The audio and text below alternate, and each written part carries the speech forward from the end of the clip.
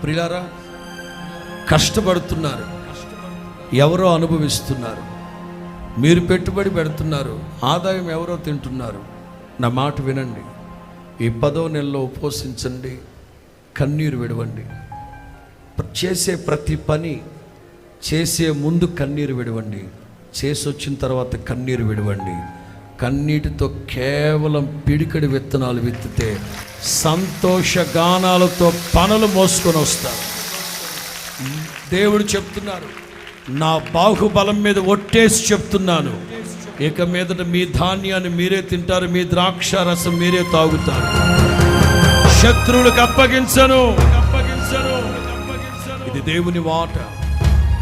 ప్రియులారా, మీ కుటుంబంలో సంతోషం లేకపోవడానికి కారణం అపవిత్రాత్మ, అవిధేయత, కుంటితనం.